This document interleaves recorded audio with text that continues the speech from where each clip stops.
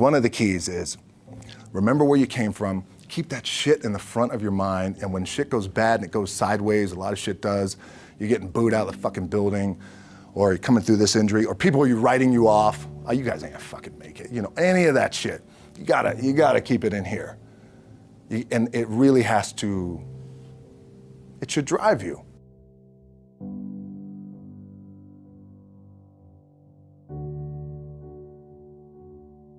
This idea and this notion that you could be anything you want and you can accomplish anything you want, right? We hear that. You've heard that from the time you were little boys.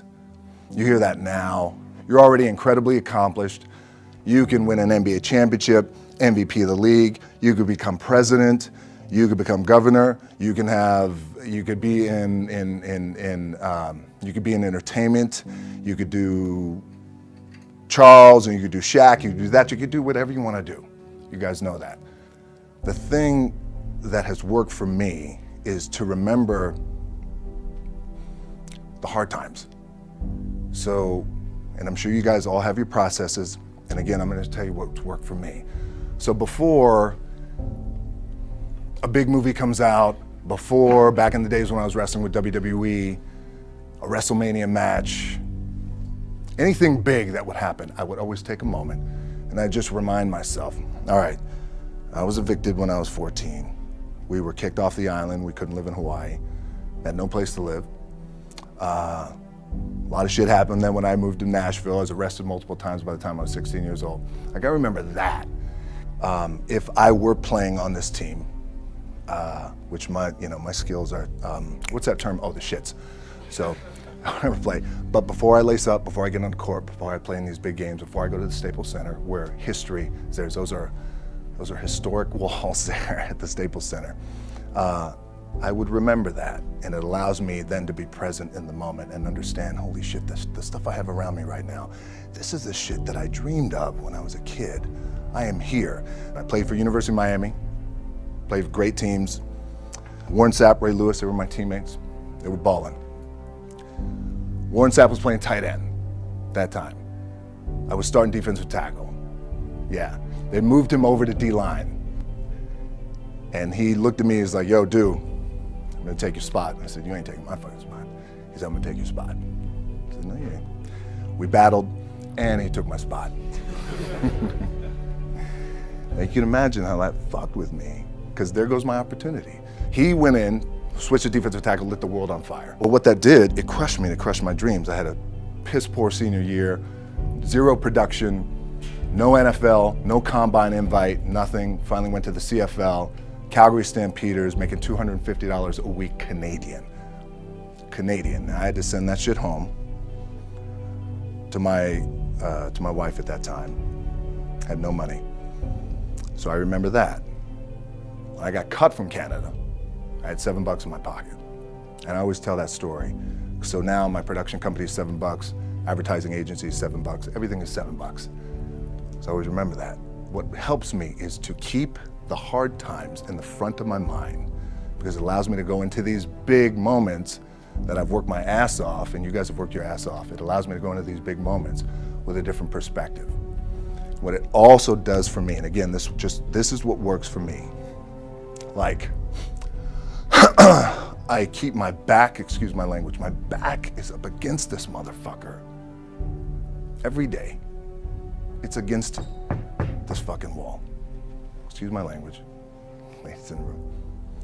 But it's up against this motherfucker because it's what I believe in. And when my back is against this motherfucker, then there's nowhere to go. But that way. That's it. So I feel like this could be something, an ideology and mindset that could help you, if you look at it that way. Because you made it already. We made it. We're successful boys, and we're lucky boys to be where we're at.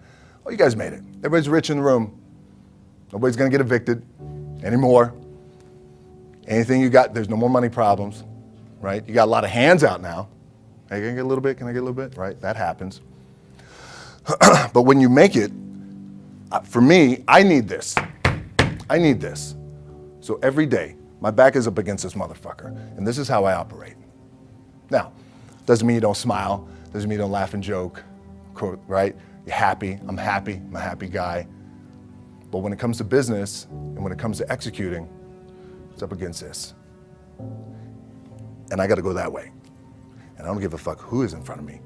They're not gonna stop me. I feel like for me, it feels seamless because you prepared for so long, but it's just like you guys prepping for a game.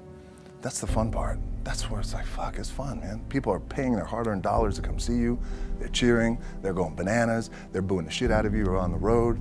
That's fun. That's what you live for. I mean, that's the juice right there. The prep is where the character's made. And I just don't mean the character I play, I mean the character in here. So for me, the prep is getting with the director, getting with the producers, getting with the writers, so in essence, it's like getting with all your coaches and your different position coaches and all the meetings that you have to have, right? So that's the work you put in. The key for me was, where does it start? What's the anchor? What's the anchor? So I could have all these ambitions and you guys have all these ambitions, which is great. It's important. I'll play this role, you'll play that role. I'll execute this thing and it'll come out this summer. You guys will execute this thing during the summer, right? When it's time to really put in a lot more work. But the key with me is just always finding what the anchor is. And the fucking anchor is getting up at 4 o'clock in the morning every day before anybody else and grounding my thought process is in the no one will outwork me. No one.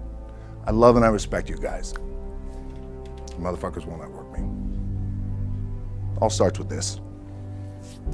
2 hands, putting in the work. The anchor for me has always been the work in terms of the weight room training. So when I first started wrestling, I was 6 years old, rolling on the mats with my dad. My old man, a lot of you guys won't know this. Yeah, Rocky Johnson. My old man was Rocky Johnson. He was the first black WWF at that time. First black WWE tag team champions with Tony Atlas back in 1983. My uncles were the Wild Samoans. I come from a long line of pro wrestlers.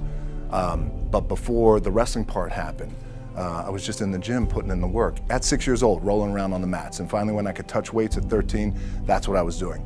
But the weight part for me and the gym part has always has to be the anchor. Look, at the end of the day, like again, it's the kind of stuff that I talked about at top is I have to hold on to my dad in his pickup truck came down 4 o'clock in the morning, picked me up in Miami from Tampa. We lived in a little shitty apartment in Tampa. He drove down in his little pickup truck to Miami to get me when I was cut from the CFL.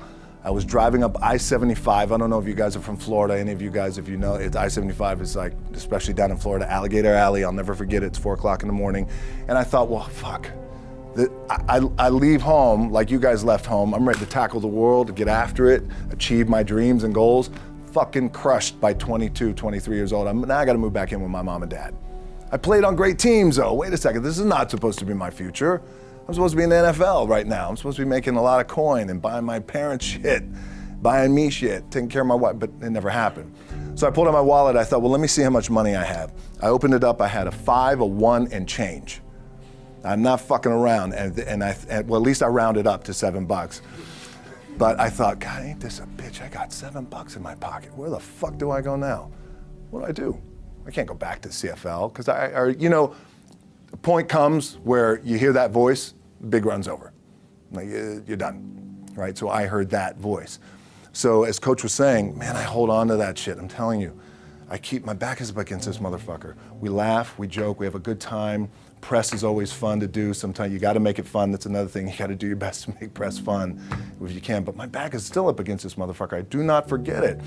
What this also helps me do, and again, it works for me, is at some point, you gotta be fucking tired of not being number one. You have to be, and you gotta fucking play angry, and I play angry. Now, I'm cool and calm with my approach, and when I step out on my field, which is a set, or, like, there's some, and you're always gonna have haters, and haters are like, well, God damn, man, how many movies are you gonna make, or how much shit are you gonna do? Like, you do a lot of shit. I say, yes, it's my ambition. Of course, why not? I could do it. Yeah, I love what I do. And not only that, but in what world do we not work every day? Doesn't mean, it's just like you guys in the off season. You gotta work every fucking day. It doesn't end. My back is up against this thing, you know, and I started to play angry, by the way, and I still play angry. My last match, Brock Lesnar, transitioned, and I realized if I had to be great at something, I wanted to be great in this world of Hollywood and movie making and producing and entertainment, I had to commit, and like you guys have to commit. Obviously, you commit to something, commit to the goal. So I quietly retired. 2 years later, I thought, what the fuck did I do with my career? Because my movies were not doing well. I was written off. I was like, it was around 2006, 2007. I was like, God damn. I left, I pulled a Jim Brown. I left when I was on top, like #1 in the wrestling business, and I left. It was a ballsy, gutsy, some call it stupid move, but I had to commit and I had to follow what was in my gut. And at that time, I'll share this with you guys, and Will Smith is my boy, and I sat down at that time with the agency I was with, and they said, what do you want to accomplish? I said, I want to accomplish the world. I want the world, and I want Will Smith's career, and I said, and I mean this respectfully because I know he's here at this agency with us, I want to do it bigger and better. And they looked at me like I had 3 fucking heads, and they were like, okay. But I still stayed focused, and I still had still put in the hard work with my 2 hands, and that's it. And that's what it comes down to with you guys. One of the keys is, remember where you came from, keep that shit in the front of your mind, and when shit goes bad and it goes sideways, a lot of shit does, you're getting booed out of the fucking building, or you're coming through this injury, or people are writing you off, oh, you guys ain't gonna fucking make it, you know, any of that shit. You gotta keep it in here. And it really has to, it should drive you.